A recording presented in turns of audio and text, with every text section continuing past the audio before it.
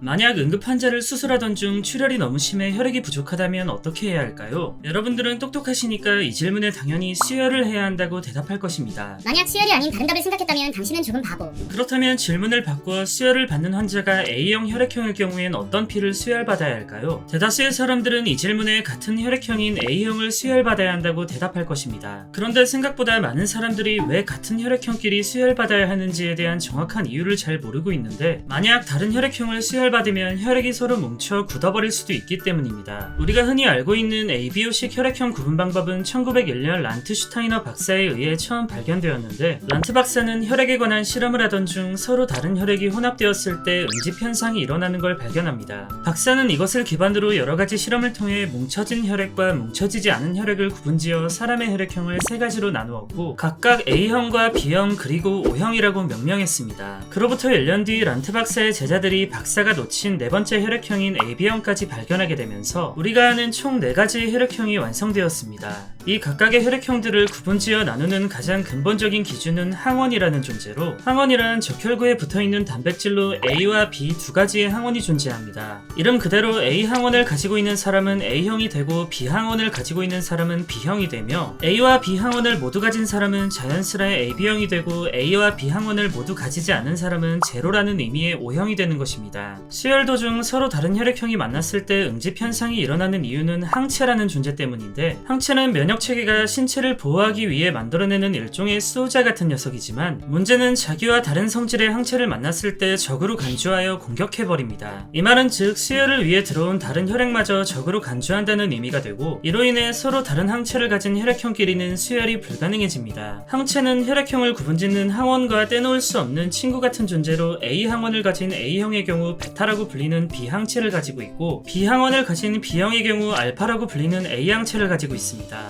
베타 항체와 알파 항체는 서로를 적으로 간주하기 때문에 만날 경우 피가 응집되어 굳어버리는 형질을 띠어 결과적으로 A형과 B형은 서로 수혈이 불가능해집니다. 하지만 AB형의 경우 A형과 B형의 항원을 모두 가진 혈액형이기 때문에 항체가 따로 없어 A형과 B형 상관없이 수혈을 받을 수 있고, O형은 항원이 없고 알파, 베타 항체를 모두 가지고 있어 모든 혈액형에게 수혈이 가능합니다. 단 O형은 항원이 없는 만큼 얘네와는 다른 특수한 성격을 띠기 때문에 모두에게 피를 줄 순 있지만 받는 것은 오로지 자신과 같은 O형에게서만 수혈받을 수 있습니다. 한 가지 중요한 점은 이러한 다른 혈액형끼리의 수혈은 어디까지나 위급 상황에서 소량을 수혈할 경우에만 해당되고, 만약 많은 양의 혈액을 수혈해야 할 경우 반드시 동일한 혈액형끼리 수혈해야 합니다.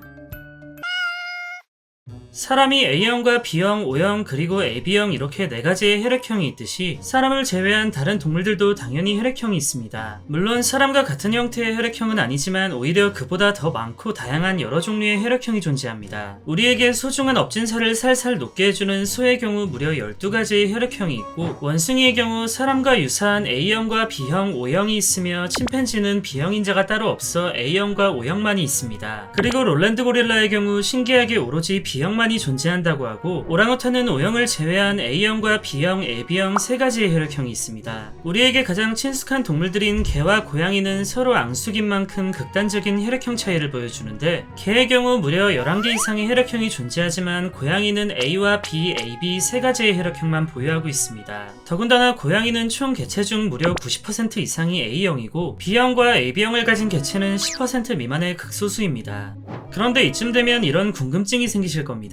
동물도 엄연히 혈액형이란 것이 있는 만큼 같은 혈액형이라면 다른 동물과 사람이 서로 수혈을 해줄 수 있지 않을까라는 생각 말입니다. 실제로 1667년 프랑스의 장 드니라는 의사가 양의 피를 사람에게 수혈했다는 기록이 있는데, 시대가 시대인 만큼 의학적인 근거 따윈 하나도 없이 병에 걸린 소년에게 어린 생명에 활력을 주겠다며 양의 피를 수혈했다고 합니다. 아무리 오래전이라고 해도 왜 사람의 피가 아닌 동물의 피를 수혈했을까 여러가지 의문이 들지만, 그 당시 정서상 사람에게 사람의 피를 수혈하는 것은 흡혈귀와도 같은 행동으로 여겨져 금기에 가까운 행위였습니다. 그런데 어쩐 일인지 양의 피를 수혈받은 소년은 거짓말처럼 기력을 되찾기 시작했고, 동물 피 수혈이 효과가 있다고 판단한 장드니는 17세기 후반 다른 환자들을 대상으로 동물의 피를 수혈하기 시작합니다. 당연한 결말이지만 두 번의 기적은 없었고, 피를 수혈받은 환자들이 사망하기 시작하자 프랑스 정부는 수혈 금지령을 내렸습니다. 장드니의 이야기는 인류가 동물의 피로 수혈을 진행한 최초의 사례로 남았으며, 이 당시 끝내 밝히지 못했던 동물 동물피 수혈의 부작용은 우리 몸이 다른 것을 받아들이지 못해 발생하는 거부 반응 때문이었습니다. 현대에 들어 과학자들은 사람과 동물 간의 수혈에 큰 중요성을 느껴 연구와 노력을 거듭하고 있지만 앞서 말한 거부 반응 때문에 연구만 거듭될 뿐 실행으로 옮기기엔 아직 불가능한 상황입니다. 만약 거부 반응이 해결되어 동물이 사람에게 수혈이 가능해질 경우 가장 가능성 높다고 평가되는 동물은 돼지라고 하는데, 돼지의 혈액형 중 하나인 A5형 체계는 인간의 혈액형 체계인 ABO식 혈액형과 유사한 부분이 많은 데다 모든 혈액형에게 피를 수혈할 수 있는 O형 혈액형을 가진 돼지들도 있어 거부 반응만 해결된다면 수혈에 큰 도움이 된다는 추측입니다. 만약 동물의 피를 사람에게 수혈하는 것이 정말 가능하다면 C형 간염이나 에이즈 등 현대의학으로도 해결하기 힘든 사람 간에 전염되는 병원체의 위험성을 크게 줄일 수 있다고 하는데, 어쩌면 우린 삼겹살이나 목살로도 모자라 돼지의 피마저 소중히 여기며 생명을 이어가야 할지도 모릅니다.